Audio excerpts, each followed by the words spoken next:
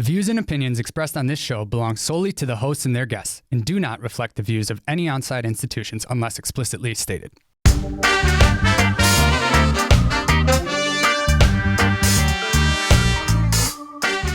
What's up, everybody? My name is Steve Vanderwall. And I'm Justin Klosser. And we're your hosts of Cannabis Cum Laude, a podcast devoted entirely to cannabis. We're going to talk cultivation, business, medicine, science, politics, advocacy, culture, and everything in between. Because let's face it, the cannabis industry is complicated, it's robust, and it has a ton of moving parts. So it's going to be our job to help you understand it a little bit better. So tune in every Friday morning for a brand new episode. And if you have a question that you'd like to have us answered on one of our shows, email us at questions@cannabiscumlaude.com.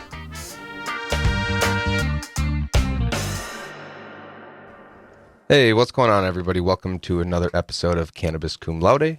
Good to be back in the studio this week. Justin, how you doing? I'm doing great, man. Another week going by, been beautiful. How about yourself? I've been good. Really nothing to write home about, unfortunately, but sometimes that's a good thing. Absolutely. Hey, no news is good news is what I was always told. That is true. Today we're going to talk about plant nutrition and kind of get into the ABCs of what exactly cannabis plants need to survive and thrive, and kind of the differences and how they change throughout the plant life cycle, through seed, through veg, through flower.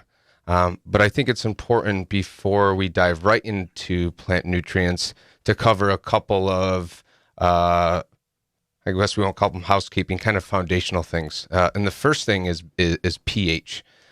We touched a little bit about it on a previous episode, but I think it's important in the context of nutrient uptake to understand, what is pH and how does it affect nutrient uptake in plants? Yeah, it's definitely good to make sure you have it fresh in your mind when you're taking these things into consideration, because ultimately pH is really what's going to determine whether your plants are available or not. And a lot of times, even when plants are showing deficiency symptoms, it turns out that it's a pH issue as opposed to actually not having that nutrient present. So just a quick refresher to go back over it.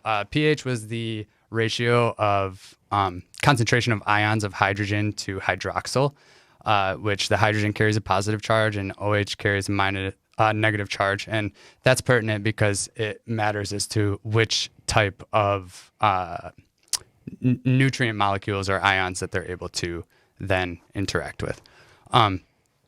So pH is, as a reminder, a scale of 0 to 14, where below 7 you're on a acid and above 7 you're basic. And we're generally, with most of these nutrients, we're going to be aiming for an area of between 5.5 and 6.5. Okay, 5.5 to 6.5, good information. Second thing I wanted to talk about was the difference between mobile nutrients and immobile nutrients. Can you break that down for me, please? Yeah, so truthfully, I'm not entirely certain what the mechanism is that makes them either available or mobile or immobile within the plant. But there are certain nutrients that are what's called mobile and some that are called not mobile. And just as it sounds, that means that it can either move within the plant or not move within the plant. Seems simple enough. So what this looks like is a mobile nutrient. I guess where it really comes into play is you're going to be able to see this in your deficiency symptoms. And a mobile nutrient is going to present itself in the lower leaves, because the plant's going to be able to cannibalize those leaves and move the nutrients up into the growth tip. For those that don't know, it was a bit of a surprise to me when I first got going back to school, that when a plant grows up, it'll put a leaf out, and trees, anything, any plant, it'll put a leaf out, and that leaf is going to stay there. It doesn't continue growing from like the base up. There may be some anomalies out there, but typically, and as far as cannabis goes, this is how it works. That branch might extend, but that branch will never move its position on the main stem. It's going to stay right there. And so that's because plants grow from the apical point, the top, the very tip top point, and they grow out and they form new stems, and that stem pushes up.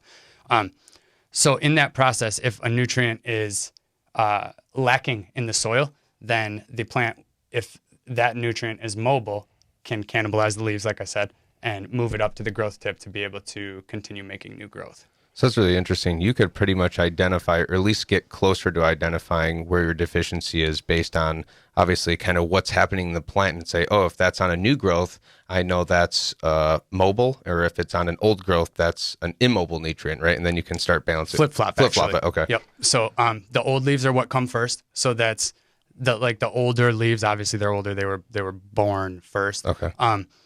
So they were obviously already given the nutrition. So when they lose that nutrition, they then display the symptom. Gotcha. If that makes sense. That makes sense. And then the immobile ones, they're not able to take those from the old leaves. And so you're going to see it in those tiny little new growths that's coming out. There's not a whole lot of them that are immobile.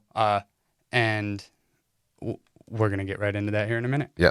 So I think, you often hear, the 3 macronutrients in cannabis, NPK, they're on every fertilizer. They actually, I think, legally have to be on every fertilizer. Mm-hmm. And really, this is the ratios between nitrogen, phosphorus, and potassium. So let's kind of start with nitrogen. Give me an idea. Is this a mobile or an immobile nutrient? What is the good level of pH it needs to be uptaken appropriately? And what are a few of the things that nitrogen does for the plant? Yeah, so nitrogen, I'm sure most people know this. It's largely responsible for like the green leafy vegetative growth that you're going to see. That's why you hear people use higher nitrogen during their vegetative cycle than they would in their flower cycle. Makes sense. It's one of the more of widely available nutrients.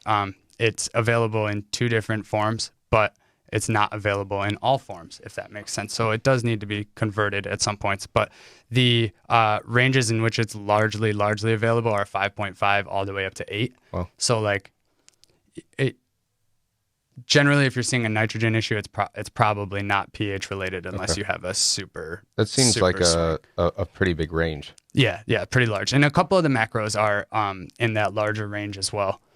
Which we'll see as we move down into them. But I want to try and stay a little bit more focused here. So like we said, nitrogen's a mobile nutrient, and it's responsible for that green leafy growth. That's because it's a component of chlorophyll, and it's also a component of DNA. And I'm sure everybody knows that DNA is like your genetic code, right? It's what makes you. And in plants, in order to, in anything with a process called mitosis, I guess, but that's like replication, they need to be able to replicate. And in order to do that and make more of them, they have to replicate that DNA. So I don't know. That's why it's so important to have so much nitrogen for that fast, vigorous green growth that you're looking for. Essentially, no nitrogen, no life. Right. However, though, you don't want to overdo it. Anecdotally, maybe not even anecdotally, I'm sure that there's scientific experiments out there, but when you have a super, super, super green leaf or like a excess of nitrogen, it actually attracts pests and because they're like, oh, succulent leaf, like, ooh, let me get that. So getting into deficiency symptoms, if you are running out, first toxicity, since we were just kind of mentioning that with the insects there, like you could see insects, but you're going to see really, really dark green leaves.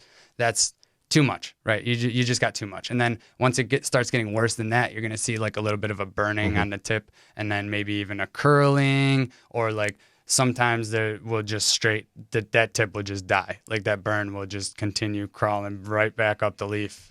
It all depends on how severe your over application was. As far as deficiencies go, they're going to show up in your lower, because it's mobile again. And that's going to look like chlorosis and first, which is going to kind of present itself on the whole leaf. And what chlorosis is, just to back up there for a quick second, is yellowing, plainly put. I believe it's a play on like a misfunction of the chlorophyll. Get it? Like chlorosis. Yeah. So, and chlorophyll is typically what we attribute with green growth. So yellowing is chlorosis. Then when that starts to get a little bit worse, we're going to be seeing some necrosis, which is death, necker. I mean, you can think of all of the other words that go along with that you want. And then, even with any nutrient deficiency here in nitrogen, you're going to see some stunting of growth even right off the bat. It's just going to slow down. Whether that's obvious or not is to be debated, but as soon as there's a deficiency, growth slows down. And that's pretty much with every nutrient. And then, but when it gets really bad, those lower leaves will start to what's called abscise. And that, plainly put, just means drop. The leaf has cannibalized that to the point that it no longer thinks it's worth trying to use it for photosynthesis, and it will drop it. This also happens in a lot of plants that are grown in like fields, like even corn. They call it self-thinning. When they're planted too close, the leaves that aren't getting light actually will do the same thing because it's the plant's waste of energy, right? Yeah, there's no point in me sending Self-pruning, nutrients from exactly what it is. It's self-pruning. Yep. Perfect. So obviously you're going to be able to get any of these nutrients from bottled or salt nutrients, and different quantities depending on which one you go with. It's going to be different levels. They're always going to be on the label, like you said. And that first number on those 3 numbers on the front of the bottle is what nitrogen is. So that's your percentage. And what those numbers are is it's a percentage of 100. So if you have a 20-20-20, just to make it easy, that's going to be 20% nitrogen, 20% phosphate, and 20% potassium. And that's not actually taken up as potassium itself, and I'm failing to come up with the name Potash? of the ion. Yeah, it is soluble potash, but I think there's like an ionic name that I'm missing, but that's irrelevant to what most anybody's going to care about. That third number there is referring to potassium. But so outside of fertilizer salts and taking into whatever their maybe morals, if you want to take those into consideration, like if you're going synthetic, that's how you're going to take care of your nutrients. But if we want to go the other route, it gets a little bit muddier trying to figure out where we're getting these specific nutrients from organic sources. And like you hear about all of these people growing organically and like trying how it's better for the earth per se, or I don't know. And there's not always necessarily good guidance as to where you can find these things. So when we're looking at nitrogen, there's going to be some ethical things that go along with these as well, and you have to evaluate those for yourself when taking into consideration whether you want to use them or not, because a lot of these organic amendments are byproducts of other industries. But moving forward, some organic sources of nitrogen are going to be feather meal, which is just as it sounds, ground up feathers. That probably comes from like big industrial chicken coops or something like that. After they go to slaughter, they collect the feathers and shit like that. Or beaches, some seagulls and stuff. I mean, different companies are going to have different sources, obviously. Yeah. Blood meal, which is going to be largely a source of like the slaughterhouse industry. They quite literally scrape the floors and dry it out, meal it, and right. Seed meals are also a good source of nitrogen. So like cottonseed, sunflowers, any of these so like, I mean, if you think about it, right, a seed is like a little nutrient packet, is everything that a plant needs to be able to, I mean, isn't that wild, right? Like a cannabis seed is like this big, and you could get like a 12 to, I mean, really, I don't think that there's a limit to it, but could turn into any size plant. Literally. Right? Like there's people growing 12, 14, 10, 16 footers. Yeah. Like it's wild. Like those organic, regenerative living soil Humboldt growers who are, I've seen the pictures where they're like, have to get on a ladder just to trim the buds. I was like, that's a 10-pound plant. He's probably more. Honestly, in the industry, that's like a $20,000 plant. It's unbelievable. Right, you want to talk property value. Literally. And then a couple other sources which are going to be, I don't know. There shouldn't be too much negative to using these sources. Kelp and alfalfa. Alfalfa is sometimes even referred to as like the kelp of the land. Right? It's a good accumulator. Kelp and alfalfa both have a very deep root system and are able to draw up a lot of those minerals and micronutrients, and they're just loaded with stuff, even outside of nitrogen. But like they're good to add in. Maybe there's unsustainable harvesting practices. I'm not certain, but as far as I'm concerned, these are two that if if you're really looking for a good, clean source of nitrogen to add into your organic mix, these are the two that I would go with personally. Kelp and alfalfa. Kelp and alfalfa, and vermicompost.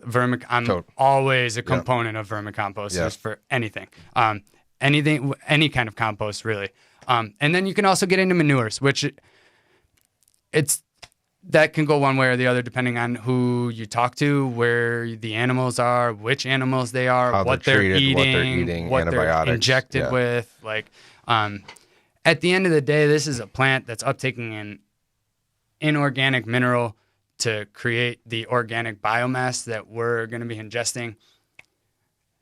90% of the time, we're not even consuming this. We're smoking this, so then it's being altered in a different way. Or I shouldn't say 90% of it. That's a strong number. There's a lot of people doing tinctures and edibles and stuff like that now. So it's definitely not a 90-10 split. But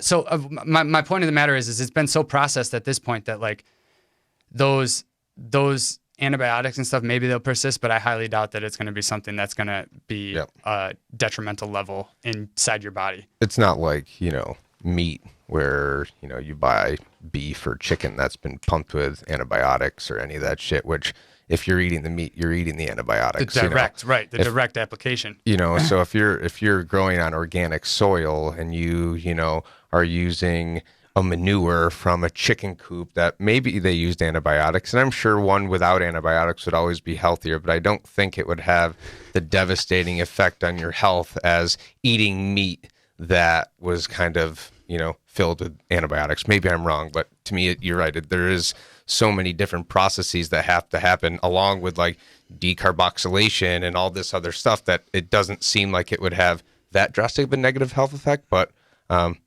don't really know. Right. Yeah. I have not done anywhere near any kind of scientific research to be able to truthfully quantify that, but it just seems like that it would be negligible by the time it got to you. Yeah. Or maybe you'll fucking grow a third arm in like 20 years. Who knows? Cool. Yeah.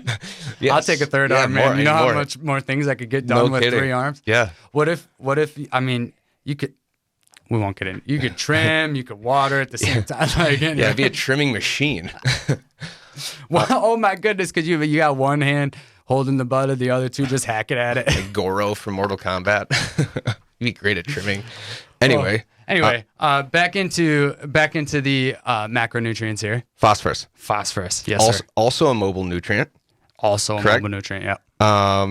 Their pH, it kind of has not as big of a range as nitrogen, right? But it's between 6 and 8. Yeah, right in there. I mean, so phosphorus is a weird one, right? It's I guess it's going to depend on who you talk to, what source you're reading. I've seen in a couple places that it's not even really available in the soil. It's just not. Like it has to be made available or delivered in that chelated form. Like I said, it depends on what source you read, but they say that it's most available from 6 to 8. Yeah. Okay. What are some of the things that phosphorus does in the plant? You always hear, and this is something I think is TBD. Phosphorus is necessary for flowering of the plants. You always hear higher phosphorus ratios during bloom, but you're saying that it's not as really as available as people think. So what exactly does phosphorus do for the plant? Well, so I guess like that's a debatable point, the availability thing. The jury's kind of, in my opinion, out on that. I've just seen so many different ways. I stopped there because I was going to make a comment that I don't think we should get into politics, so we're going to avoid that. Yeah. But it's like it's who do you believe, right? What's the real news? It's without getting out there and putting the numbers to yourself and like doing soil tests. It's hard to really have a concrete answer for that. Yeah. But what phosphorus does in most plants, like cannabis is a very young industry. A lot of research is still being out. A paper did recently come out, but it was good. It was not by any means not a bad paper, but it was one cultivar, which we're learning that many of the different cultivars actually require different nutritional needs, right? Which legacy market growers have known this forever just by growing their plants. But as far as the scientific method goes, we're finding out there's actually truth to it. And so that being said, when you have a study that's released with one cultivar, it's hard to tell if that one was just an anomaly, right? So the verdict's still kind of out as far as what it's really doing in cannabis, but with flowering plants in general and all plants in general, phosphorus is the biggest component of what's the energy currency of the cell, ATP, and therefore it is largely associated in, and what I mean by that is like the money. That's what it uses to make reactions happen.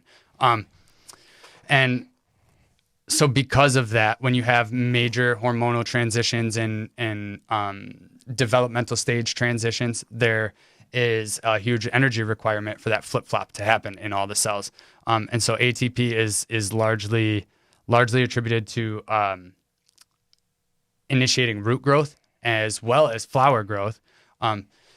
So to kind of speak to your point, the more that I'm reading into it, it's like I'm almost battle myself back and forth in a debate right now of like, is it only necessary for the initiation of flower, or is that necessary through the entire flower? Because you need energy throughout the entire thing. Not only do you need energy through the whole thing, but it's not like you just all of a sudden have all of the calyxes, all of the bracts at once. So scientifically, apparently the cannabis female pre-flower is a bract, even though many of us have referred to them as calyxes for many years.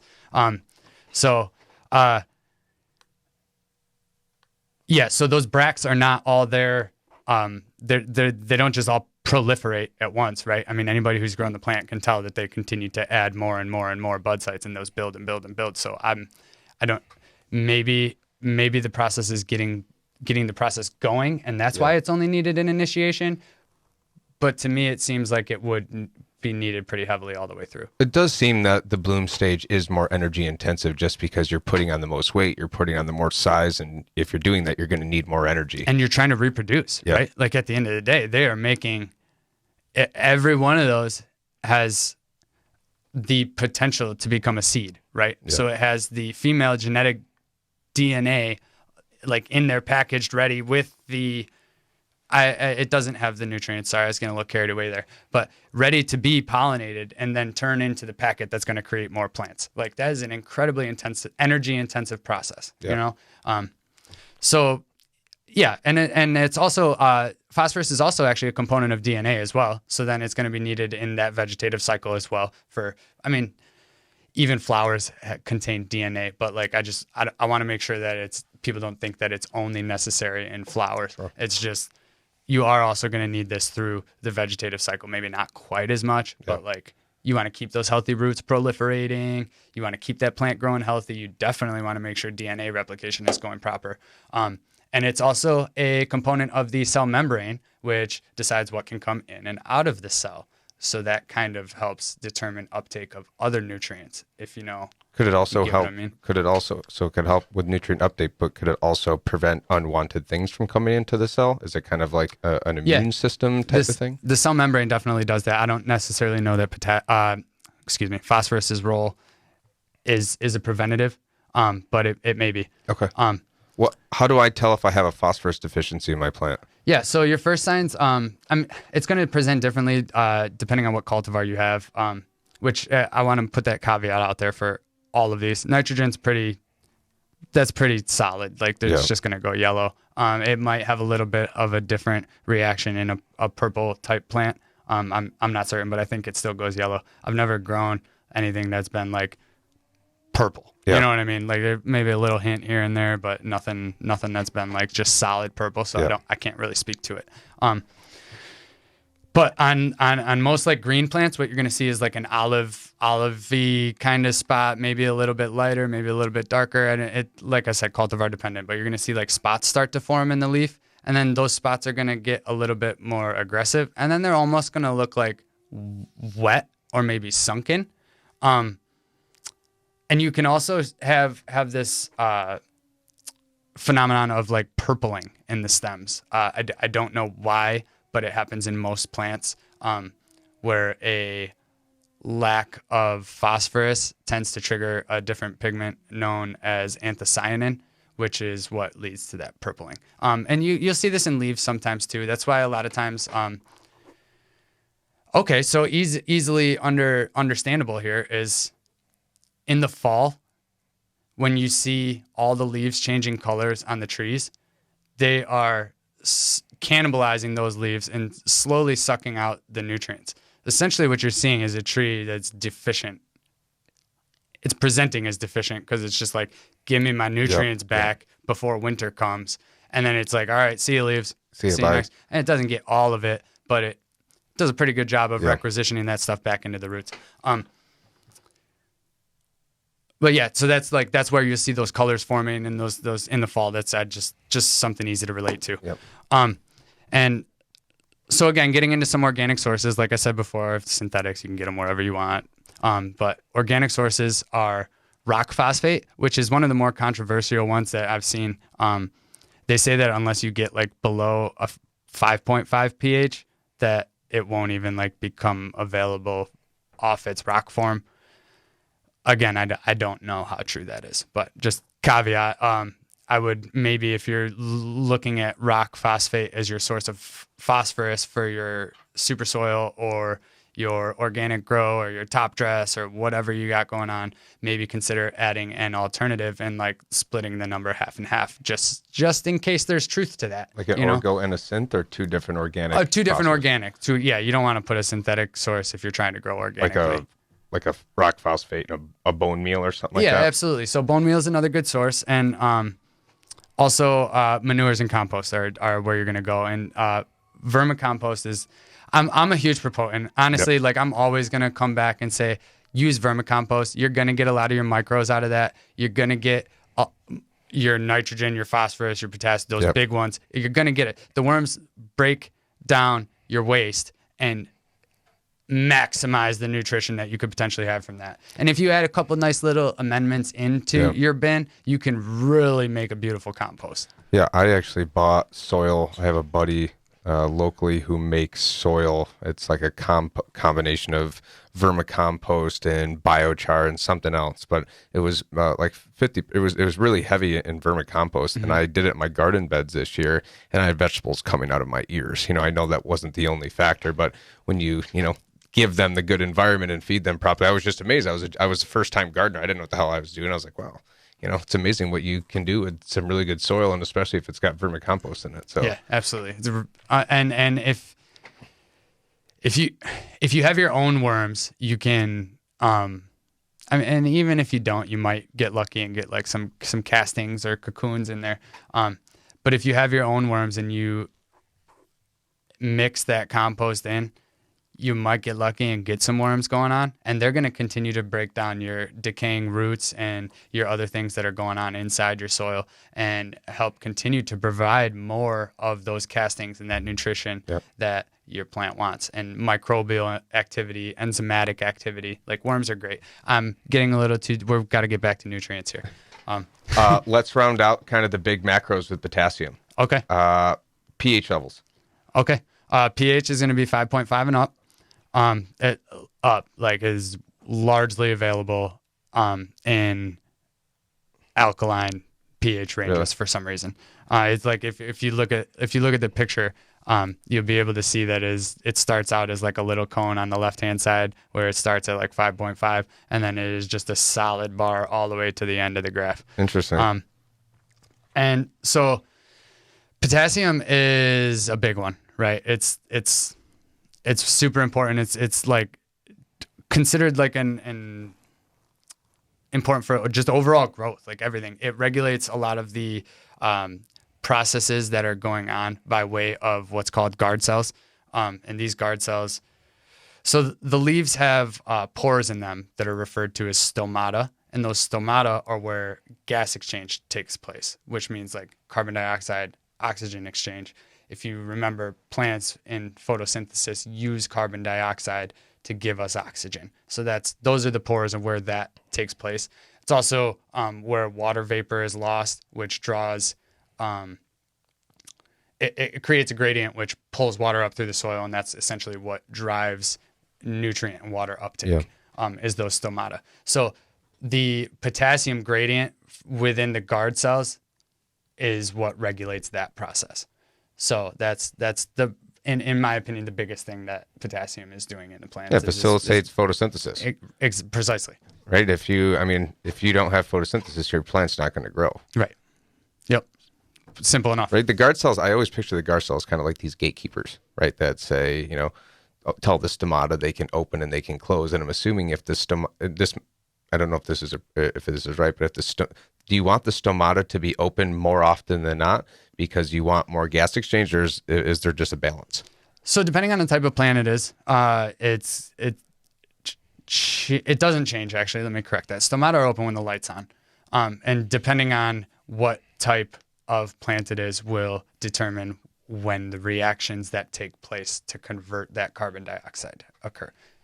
Not relevant for us. Cannabis is a C3 normal plant. It does photosynthesis during the day completely. At night, does a little bit of respiration, but for the most part, it's kind of hanging out dormant.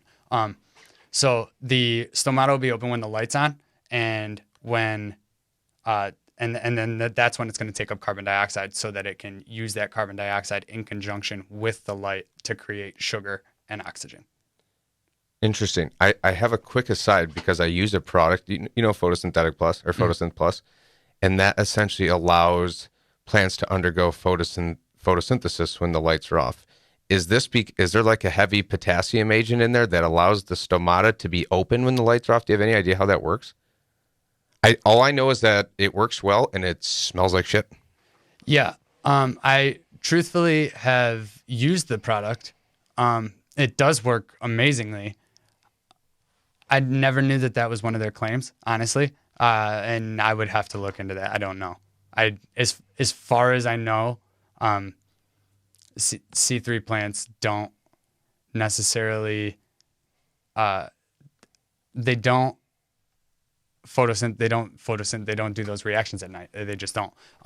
They have the dark reaction, right, which is occurring, but those stomata shouldn't be open uptaking CO2 at night. They just shouldn't be. You know what I mean?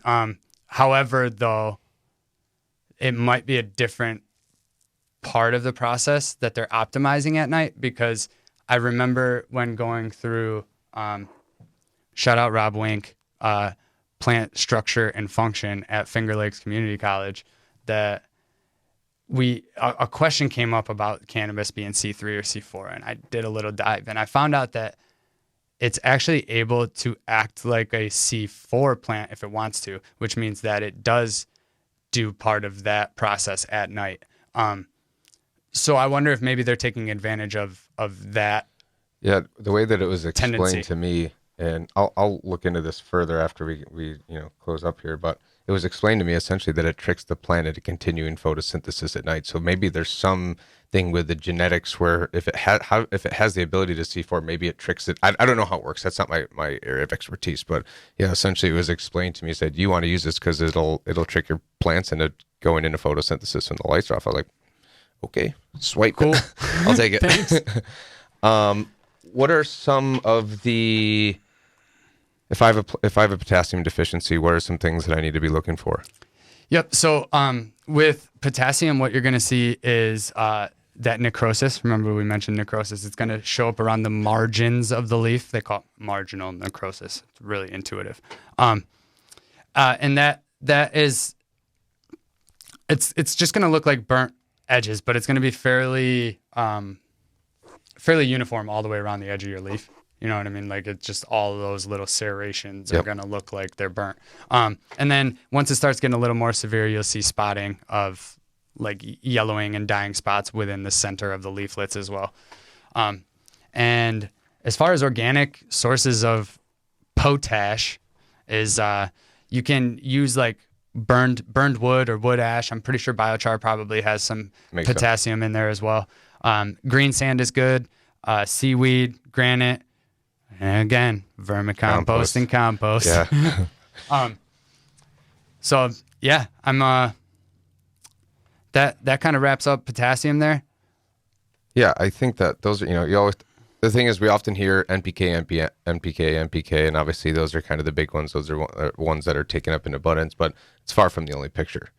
Just like, human beings, if we only talked about carbohydrates, fats, and proteins, right? And we didn't look at minerals like zinc and vitamin D and vitamin C, we would not be healthy. So, what about, there's secondary macronutrients, things like calcium, magnesium, and sulfur that are also incredibly important. And I think that as we start to see academics start to actually research this in controlled environments, we're probably going to see that these nutrients are extremely important and need to be talked about in the same category as NPK. So with calcium, kind of walk me through what pH levels that we need for appropriate uptake, what it's for, and kind of some signs of calcium deficiency. Definitely. So calcium is actually going to be the first non-mobile nutrient that we're going to encounter, which means that you're going to see those deficiencies up in the growth tip as opposed to on the lower leaves first. It's not that it won't show up later. It's just that's where they appear first. As far as pH goes, calcium's going to be pretty well available anywhere from 5.8 to 8.5. And these, keep in mind with all of these numbers, it is still a little bit available outside of these ranges. These are just like optimal ranges. Bam, you're getting it. You know what I mean? Like you're good.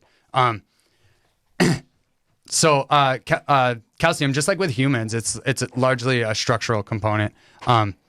It's within the cell wall, and not only is it part of the cell wall, but it also kind of helps hold two different cell walls together. So it really is important in making sure you have that rigid stem, those nice firm leaves that aren't like hanging, sad leaves looking, Yeah.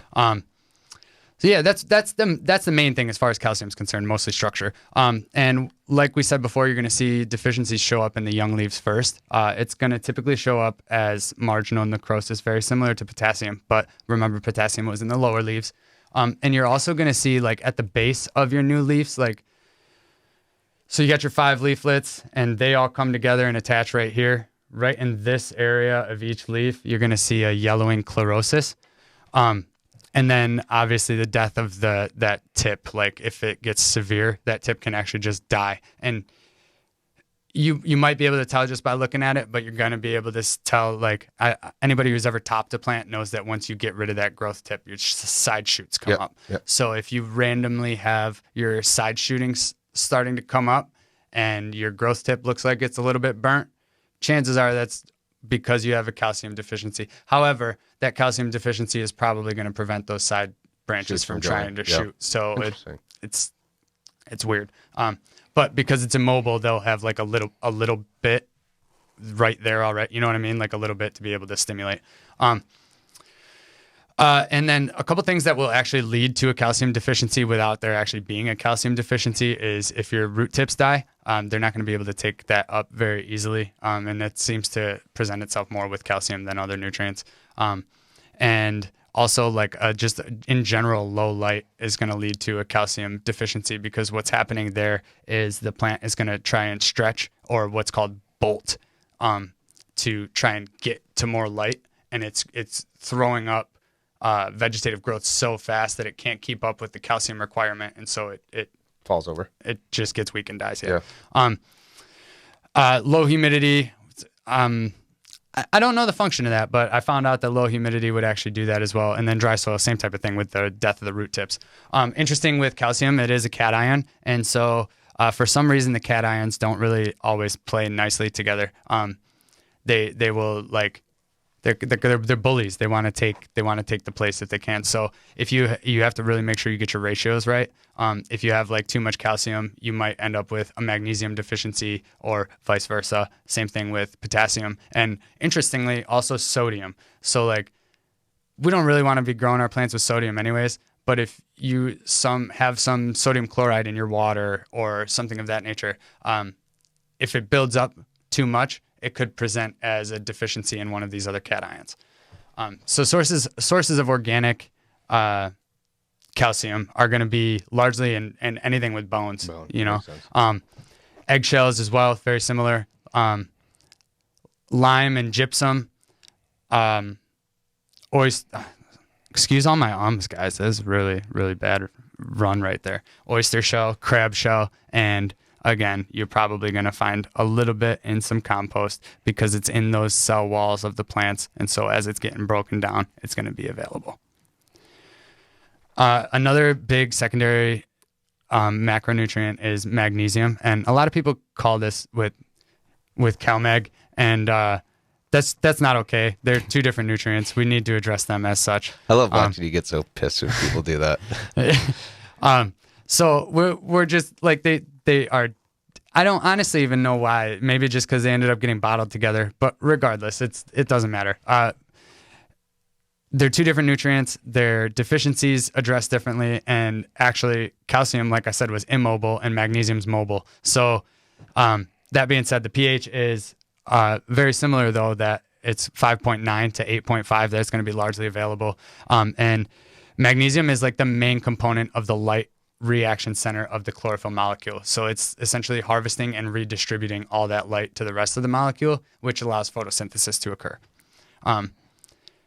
And it also helps transfer phosphates through the plant, which are, as we mentioned earlier, part of the energy currency of the cell. It's almost kind of like it like allocates the energy. It's like I can't think of the word that I'm thinking of, but like a master allocator of energy. Yeah. If you don't have one of those, then all your plants are not going to get the appropriate energy that they need to carry it's like out a their distribution function. center. Exactly. Yeah, absolutely. It's like Yep. Amazon. So magnesium's a pretty distinct deficiency. You're going to be able to see it shows up as intervenal chlorosis, that yellowing, like we said before.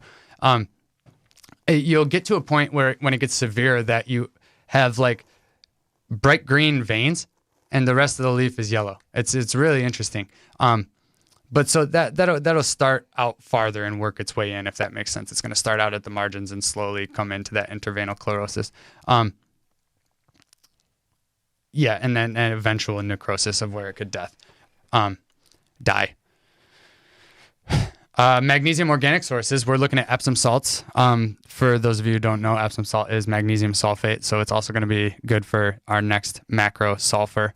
You can also get magnesium from lime or compost and azomite, and a lot of these other nutrients are also available in azomite too. It quite literally is like A to Z of nutrients. There's even like arsenic in there and The good stuff. Oh yeah, all the good stuff. Wait, so Epsom salt. So if I had a deficiency in magnesium and sulfur, could I literally just put magnesium or Epsom salts in water and use it as a fertilizer? Yeah. I mean, I would make sure that you get it to right pH first. And you might be able to find a more complete fertilizer that had those in it, or you could just use your complete fertilizer and add a little bit of that to it. Sure. It provided we're going synthetic. However, though, Epsom salts are also allowed to be used, or they're like approved for organic use, even though it's an inorganic salt. So yeah, the last secondary macronutrient we have is sulfur. It's a really interesting one. It is partially mobile. I don't know the function of it or why, but that's what it's been labeled. What happens is deficiencies will present at like, if this is a branch and I'm the main stem, deficiencies will come like here, right? So they show up in like halfway up the main stem or even halfway up the canopy sometimes, depending. It's a lot of these things are cultivar dependent. Again, these are good starting points of where, like they're like warning signs, flags, right? Good things that are going to point you in the right direction of where to deduce further. Sulfur itself is a component of amino acids, which are then components of proteins. Proteins are the building blocks of the entire plant, everything. And it's also a component of enzymes, which makes sense because enzymes are just specialized proteins. So what you're going to see, like I said, in the middle of the canopy, you're going to see a full leaf yellowing. And then some organic sources of sulfur are going to be, again, the Epsom salts, animal manures, crop residues, gypsum, and compost and vermicompost. Last but certainly not least, compost.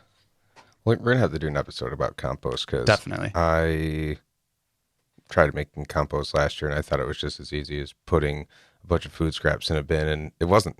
There's definitely a good way to do it. And I drilled my holes in my bin and I was rotating it, but I had to really crappy system, and I made very stinky compost because I didn't do it right. So I'm interested in learning how to do it well, because it's clear that, while all of these are different nutrients and they all have different functions and you can get them from different sources, the one common thing that they all have in common is you can get them all from a good compost. Right. Which can then be translated into a compost tea and used as a top dress for anything. So we talked a lot about, organic sources and where to get these things. We talked about synthetic sources, which are really just straight shots of, nitrogen, whatever these are, right? They're readily available. But what I want to know is, what is the main difference between organic nutrients and synthetic nutrients? Availability, right? So like synthetic nutrients come in what's known as like a chelated form. That means they're readily available to the plant. They've either been chemically or enzymatically, some form, they have been broken down into that plant readily available thing. When you have organics, you have a much bigger organic compound, which then needs to have that that breakdown occur, that enzymatic reaction from microbes typically is what's going on. Or some people add enzymes into their soil, or if you have worms going on, they're excreting enzymes, but those enzymes are causing reactions that are then cleaving off these inorganic molecules from the organic parent material, if you will, and then making it available to the plant. So the process here is that it's going to take longer. That's going to be largely dependent on which amendment you're using, but it could be anywhere from 5 days to months even. Months, yeah.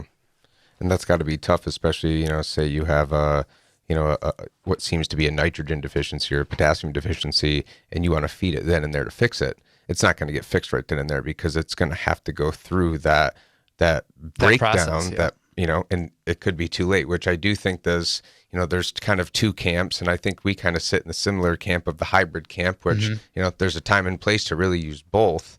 But I do think that is, a main downside of organics is, if you got to treat the plant, especially if you're growing at a commercial scale, right? You don't have 2 weeks always to diagnose and fix an issue. It has to happen now. Well, in those 2 weeks too, right? Like, how many other things are you doing to the plant? You're not just waiting. So Totally. How do you know that what you did is what you did when you thought you were fixing it is what actually fixed it, as opposed to your next fertilizer application or your next compost tea or whatever you're doing? Whereas, so like, especially for new growers, I tend to steer away from organics just so that people can learn the plant, learn the symptoms, learn what they need to apply in order to fix that symptom and see relatively rapid results, Yeah.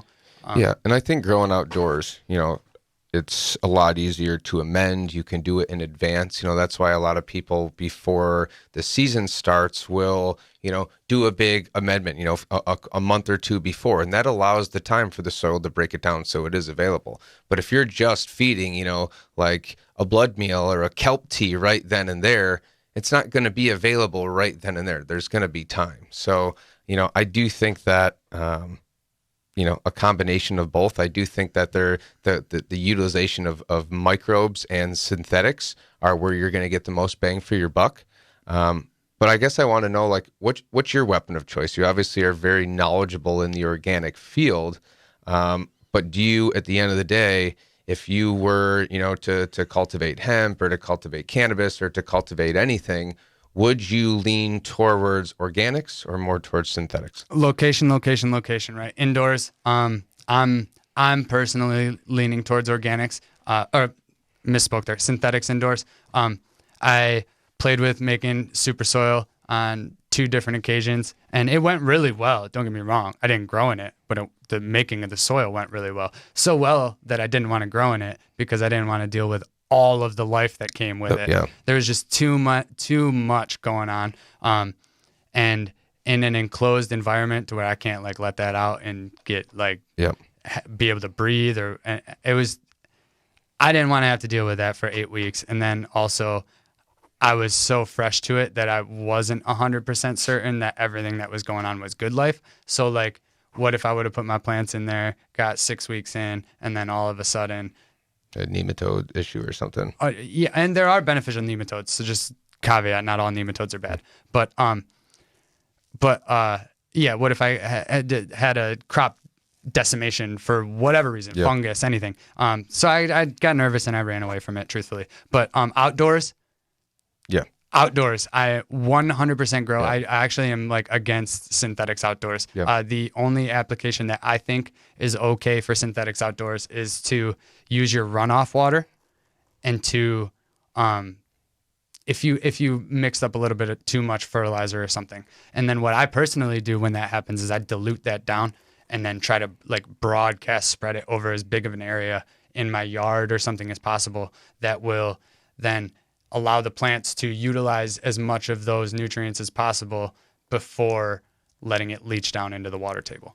Well, I think that's, an issue, a big environmental issue. We're in the middle of a climate crisis right now, and it's there's not one single issue, but a main issue is, modern commercial agriculture and these, mass spraying and mass utilization of inorganic chemicals. And what happens is not only do they kill and kind of prevent any sort of life growing in these soils, but they leak down through the soil into the water basins, and they end up getting into, water systems and drinking water. We see it in the Finger Lakes where we have these blue-green algae blooms, like this massive growth of cyanobacteria, which can be toxic.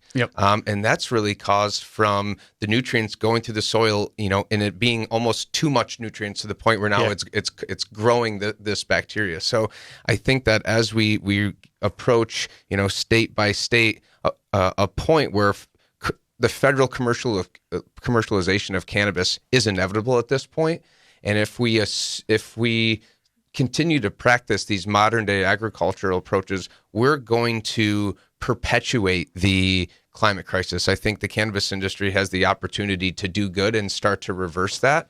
But, a big issue right now in the industry is the environmental impact that it has. Huge. From a lighting and an energy perspective, from a water perspective, and from greenhouse gases and waste management. Think about if you're running a big cultivation facility, 100,000 square, 50,000 square foot, you're running all hydro, you have all this old nutrients. Where's it going? Are you dumping it somewhere? Are you flushing it? It's going somewhere, right? And unless it's remediated or put in a place that's safe, it's going to leak into a place where it shouldn't.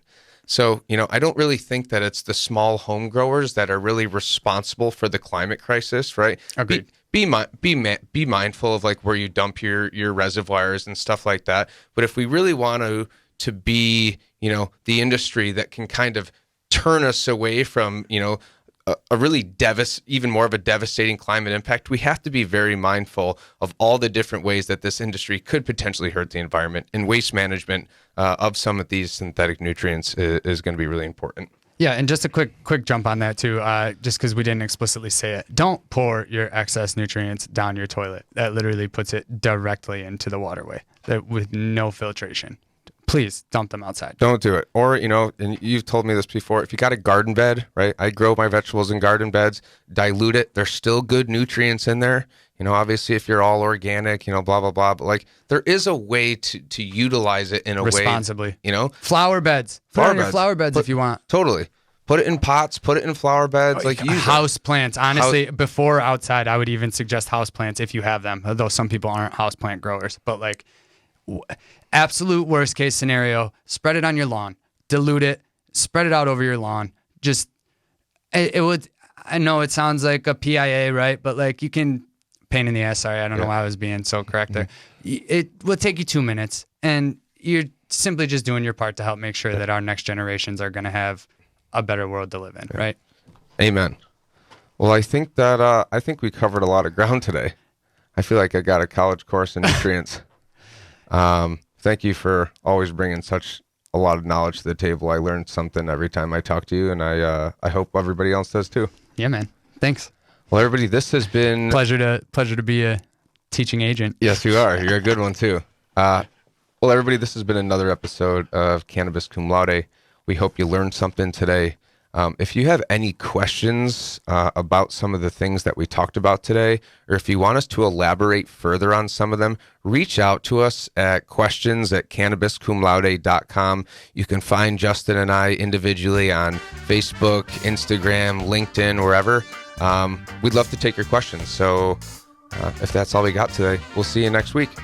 Thanks to our friends here at Rockbox Recording and Production in Rochester, New York. They are a full professional podcast and video studio designed by a radio guy for podcasters. Audio, video, voiceovers, editing, whatever. Mouth off at Rockbox at rockbox.com. You can follow Cannabis Cum Laude on LinkedIn, Facebook, Instagram, Twitter, and Cannabuzz. Type Cannabis Cum Laude into your search bar and you should be able to find us, but the links will also be posted in the episode notes as well. If you want to help support the show, head on over to Patreon, and that will ensure that we're able to keep the best quality sound and video coming to you on a regular basis. And if you liked what you heard today, please don't forget to rate and review the show.